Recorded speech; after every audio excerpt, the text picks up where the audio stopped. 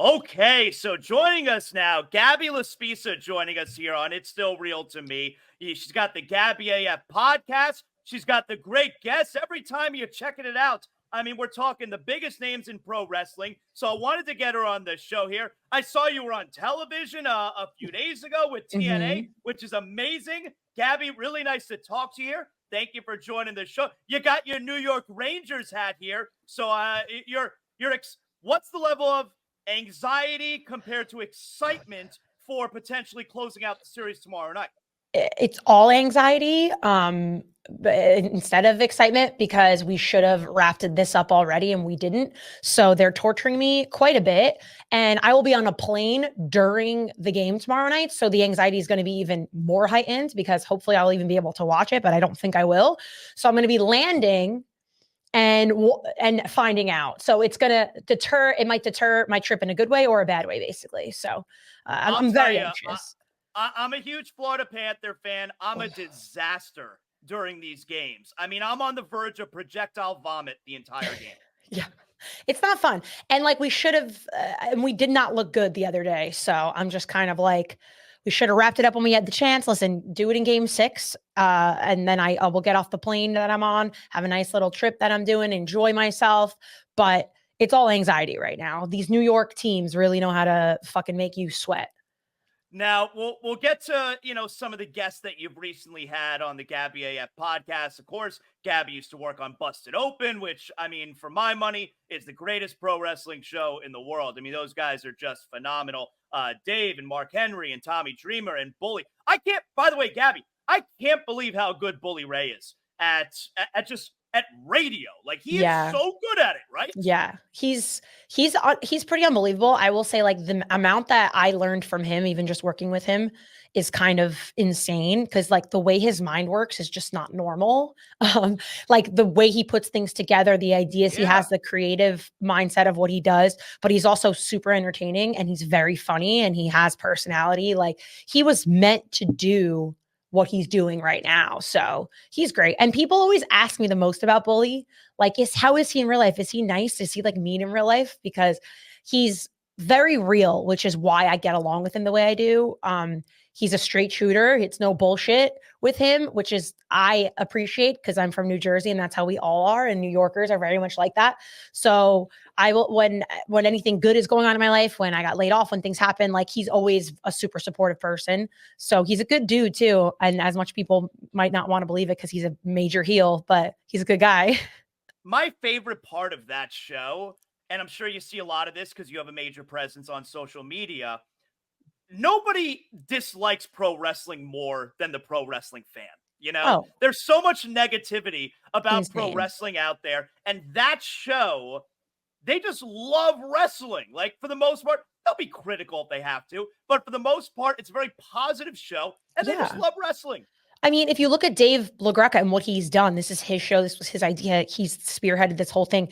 He's a fan. He doesn't consider himself, he's not an analyst. He's not a journalist. Like, he's someone who grew up loving pro wrestling and betting on himself to start a show to cater to the pro wrestling fans. That's why he says, when I have these analysts on that he calls Bully Ray and Mark Henry and Tommy Dreamer, these people that have been in the business for as long as they have, Dave's like, I represent the fan because I love it so much. So that's why the dynamic of that show works, is because you have the experts and then you have the fans and you have the people that are watching with just the emotional investment and the love for pro wrestling. When did you, Gabby LaSpisa, fall in love with pro wrestling? I love asking people that question because I think if you're a huge pro wrestling fan, we all have that moment where we fell in love with it. It's interesting because I didn't grow up watching pro wrestling. I didn't watch it at all, actually. So I only started watching the first day that I worked Busted Open, because I was like, what is this? I need to be a part of whatever this is. So I just started watching Raws and SmackDowns, and I really got into it. And what I love about pro wrestling is that you can have an opinion on anything and it's your opinion, and it's not black or white like a lot of other sports. There's a winner, there's a loser, there's stats, and that's what it is. That's not what it's like with pro wrestling. Like, you can like somebody who's losing, you can hate somebody, and like, that's your opinion, and your emotional investment kind of depends on how you feel about the product that you're watching.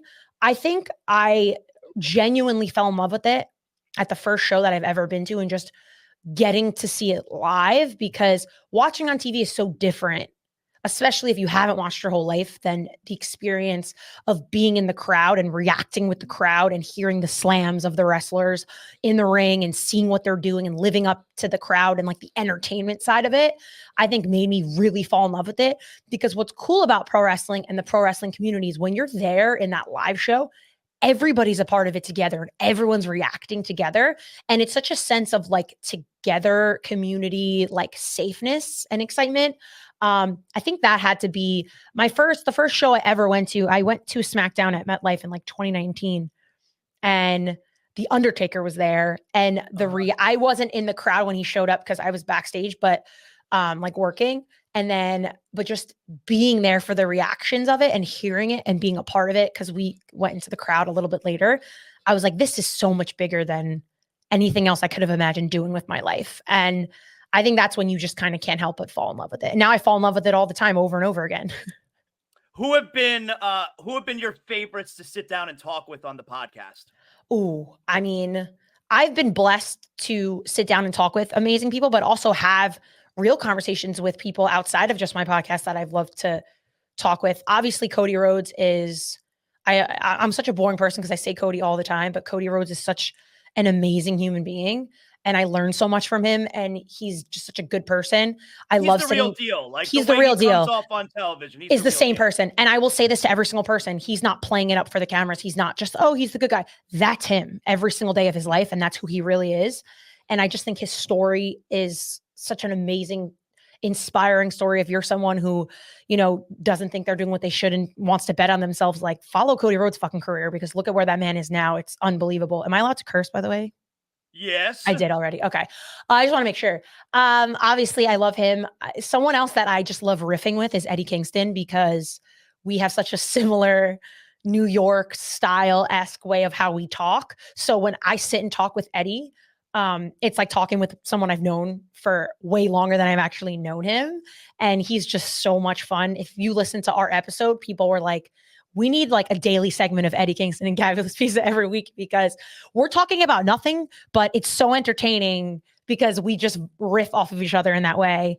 And I would say Mickie James, because I'm such close friends with her as well. She's such an inspiring woman in this business of what she's doing. And she's just nonstop, and she's a mother and she's a wife, and she's just someone to look up to. And she's such an empowering person, an empowering female for someone like me. So those are just some people I could talk to every single week, and the conversation would be different, but it would always be good. Who have you been most nervous around? Maybe you met backstage or maybe for sitting down for an interview. Who were you nervous around? See, I try not to get nervous. And if I am nervous, I'll never show it. That's always like what you got to say. You don't want to be like nervous meeting anybody. But I mean, I feel like there's the people I would be nervous to meet are kind of the people that I haven't met in person yet. Like Charlotte Flair to me is like the GOAT, and I've never had the pleasure of meeting her. I would be a little nervous to meet her because she's such a like GOAT of women's pro wrestling. I would be like, oh, hi. Like, and I've talked to her father numerous times. Rick's been on my show and I'm friends with him, but like, she's just she just demands, the room every time she walks in. It's interesting that you say that. It's interesting you say that, because I don't feel like a lot of people share that opinion. And when I'm asked about her as well, I think she's the greatest female wrestler of all time already. Agreed. And I don't think it's particularly close. I really don't think it's close. I think that there's other people that are making their landmarks and their stamp in the business in different ways. Like you can't discount Becky Lynch and everything she's doing. You can't discount Bianca Belair. There's Mercedes Moné now as well. Like there's huge names in it. But like, if you're going to ask me from how I've been watching, just in my time watching, she's the greatest female pro wrestler that I've ever had the pleasure of seeing on my TV. So for her, if I was in her presence, I think I would just be nervous in that sense, because she's just so beautiful and her energy, and she just demands the spotlight, I think. And she's so commanding that I would be a little intimidated, but I would love to talk to her. So hopefully one day. Let's talk a little bit about the product right now. Okay. WWE obviously on fire. Okay. Right. As a lifelong WWE, WWF fan, I mean, I fell in love with it when I was 6 years old. I'm 43 now. So we're Mhm. talking 37 years. I've loved WWE. It's just as hot as ever right now. It's so much fun every single week. How excited are you? I don't know when it's going to be. We're probably still a couple months away. How excited are you for eventually Roman Reigns' babyface return? So I'm excited. I've always I love Roman Reigns, and I think when he was champion, there was a lot of, I would say, like, people were like, he's not on every week and like blah blah blah blah. Like I think his return's going to be bigger than ever because of what just happened at WrestleMania, and I think people discount the WWE and like their storytelling too, because when Cody lost at that WrestleMania to Roman, everyone was like, what the hell? Like, people were up Yeah, in you arms. blew it. You blew You the blew it. opportunity. Right. You blew this whole opportunity. And look at what they've done a whole year later. Like, It was better. it was way better. It was a long burn, but the burn was worth it because you had the Rock coming back. Listen, you have Punk coming back. Like, all these things that happened the year of, like, that they had to change things around due to injuries, due to, all these kinds of things. The way they pivoted with the Rock and made him the heel Rock and joining with Roman, like, I think it was beautifully told. And I think Roman, that emotional hug between him and Heyman too at the end of Mania when he lost up on the ramp. Like, I love that shit. oh, I love that shit so much. Chose the line of, like, I'm pretty sure that's real. Those emotions that Yeah. are going on. It's the best part of pro wrestling to me. I love that shit. I always said this. I'm not someone who watches pro wrestling to sit there and be like, well, that move, they shouldn't have put that move in there, or that they botched that, or like the experts of like the wrestling. Like, of course I can see when it's good pro wrestling and appreciate it. But for me, it's all about emotional investment. That's how I watch and kind of digest everything in my life. Is I'll know if I like somebody, if I care if they win or lose. And that's why I like Roman Reigns. Like, I care about watching him on TV and what he's doing. I care a lot about Cody and what he's doing. And like, you can't buy that. That's it either resonates with you as someone who watches or it doesn't. So I think when Roman comes back, it's going to be so big. So like, let him stay away for a little bit because he needs to. Do you have a favorite? I mean, look, we're talking like 3 years here. Do you have a favorite moment from the Bloodline story? Ooh, I think the turn of Jay was huge. Like, when he went against them and became single Jey Uso. I just think in the realm of it was like beautiful storytelling. And then look at where Jey Uso is now. You know what I'm saying? Like, the response he gets coming out with his like the yeet stuff and like what, like, I went to the holiday show in December at MSG in New York City. And like, when I tell you, the roof was blown off the place when he came out and was doing that. So like, I love that because I think for so long it was the Usos and like, you couldn't tell them apart really, this one, Right. like, it was like one of those things. And he's so good as a singles run now. And when they included the whole family, I don't remember when it was, when, they had the fathers up there, like the elders of what was happening. Yep. Like, it was so emotional. I remember watching that and being like, I didn't know the story, but like, it's so much more than just what you're watching. Like, this is real. They're really family. They're really related. This is something they grew up doing together. Like, it's just so fucking good. And we're watching history because in 10 years from now, when we're talking about other things, like the Bloodline is going to be one of those main story lines, one of those things that happened that will be talked about for a very long time. They'll make documentaries on it, I think. Look, I'm in my 40s, all right? I've been watching wrestling my whole life. It's not very often that I'll be watching on the couch and I will cheer. I mean, I'm cheering for a TV show, essentially. Right. That's not going to happen very often anymore at this point in my life. Yeah. But Survivor Series War Games, when Sami Zayn proved himself to Roman and Jay hugs him at the end, it's one of my all-time favorite pro wrestling moments. It was emotional. I remember people like talking about it the next day and just being like, that was brilliant cinematic, like, effect in the sense of like, that's like a movie. Like, yeah, you almost forget you're watching sport entertain. Like, you're like, this could be a movie. Like, this is brilliant. What's happening? Like, he deserves an Oscar, like, this is stuff that's happening that excels way beyond wrestling, in my opinion. And I just think like kudos to everybody involved in what's going on. Like Heyman's fucking brilliant, but like Roman is just so good. And like I said this too, like obviously The Rock is The Rock and he is major, but as much as he came back and made it 10 times more amazing, like he wasn't even needed. And what does that say about those guys? You know what I'm saying? Like what they've done. I don't even think you needed The Rock for me to be emotionally invested. And that's saying a lot because it's the fucking Rock, you know, it's awesome. Yep.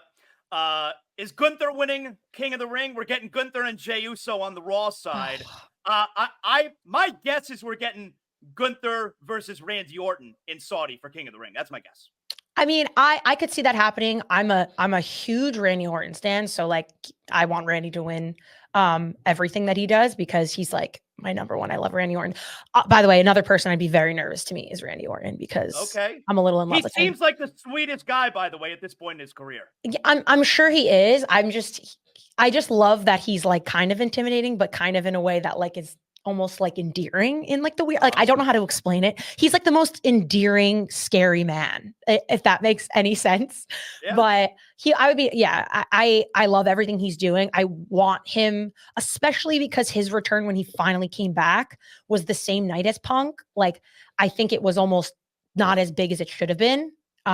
Because he is so fucking good that I think him and Gunther would be a brawl. Like it would be a real good match. I could see Gunther winning. I don't want him to win because I love Jay. I would love to see Jay beat Gunther and like kind of go for it. But Gunther's so good. Like it's ridiculous what that man has done to his body, to just what he's just so damn good that he deserves his flowers in that aspect. And I think if it were him and Randy, it would be an awesome match.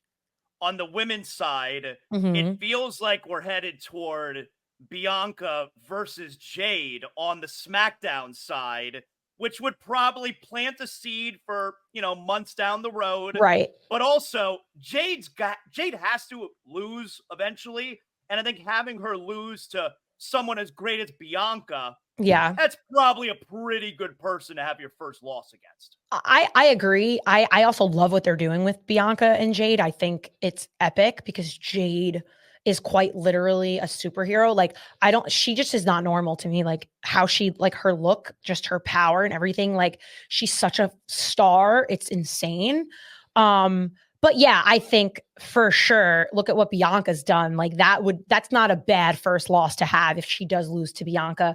And yeah, plant the seed for something in the future. But like, I'm still waiting, and I know she's injured, but for when Charlotte comes back, because that seed was a tiny bit planted with the Charlotte and Jade look at each other when she was in SmackDown. That's going to be the match where I'm like, that feud to me is going to be epic of Jade and Charlotte, because I know it's going to come at some point. I need Charlotte to come back already. I know she had a crazy injury, but when she finally comes back, like I just think the two of them in the ring together, just like the power they have, the presence that they have is going to be wild, because you just like two badass women like fighting each other. It's just, I like the strong, empowered women. Like that's what I like gravitate towards when I'm watching it. It's one of my favorite things about WWE these days when we're talking about like all the changes that have happened recently because of change in management and what have you, is they will call back to past events. They're not afraid to revisit past storylines, like you're mentioning there, the two of them looking at each other. Also on the broadcast where they'll mention things that happened in the past. I mean, heck, I think it was this past Monday night where Michael Cole and Pat McAfee referenced how Ilya Dragunov beat Gunther a few years ago. Like that would never have happened in years past, talking about something that happened in the past. It's one of my favorite things about the product today, or one of my favorite changes about the product today. Yeah, I mean, I think it's easy to say we're in a new era of WWE when it comes to who is now in charge and who is making these decisions. And I think it's better than ever. You mentioned, obviously, I also just kudos to Pat McAfee and Michael Cole, because I love them together, because they're a great duo. I'm obsessed with Pat McAfee. I just love him. I just think he makes me legitimately laugh out loud sometimes watching Raw. Like sometimes he just says shit and I'm just like like, and you just can tell Michael Cole's looking at him like, what are you like, what? And I feel like he breaks down Michael Cole a little bit, so it's not as serious because Cole is probably the best to ever do it. That man is amazing. And I think he works harder than anybody ever. And I like the dynamic of the two of them, of someone who's a little bit lighter with like the pro that is Michael Cole. So I just think it's so great. And yeah, they reference stuff in the past. Like you wouldn't even think about it. If you think about like, just even when I used to watch Raw, sometimes it was hard to get through the 3 hours of Raw because I was like, oh my God, like, what are they doing with this kind of stuff? You know, like the Retribution days and like the stuff when it was a little bit, you know what I'm saying? Like when they had the zombies come out and like all this kind of stuff where it was like child's play almost. And like, it's not the talent's fault ever because you're given what you're supposed to do. And like, the talent hasn't changed. You know, the wrestlers who are amazing haven't changed, but the story has changed. And you know, you could just tell it's hitting on all cylinders. And I think WrestleMania was just obviously an ode to that because it was absolutely amazing. How was being in the ring last week in TNA? What were the nerves like there? You were in the ring with Ash by Elegance. Ash by Elegance. How did that go? I mean, I absolutely loved it. I've always loved like public speaking. I love talking in front of like a live crowd. So like nerves are always going to be there, but you kind of have to like psych yourself out of it and like almost disassociate yourself with what you're doing so that you don't let the nerves, you know, make you like alter your performance, I guess. But it was so much fun. I hope to do more of stuff like that because I really like enjoyed, and I got to be myself, which was cool. Like it was a Gabby AF interview in the ring. So like I was doing what I would do here, like during a show. And it wasn't like I had to remember to be a certain kind of way or change my like aspect of how I ask questions or talk. Like she might not have liked it because, you know, she's all over social media saying that I wasn't elegant and I was bamboozling her. I was just doing my job.